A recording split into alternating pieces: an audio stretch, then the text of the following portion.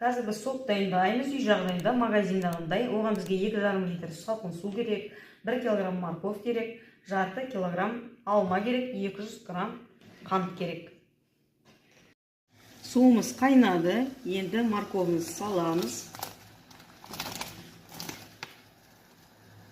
Одан кейін 200 грамм қантымызды саламыз.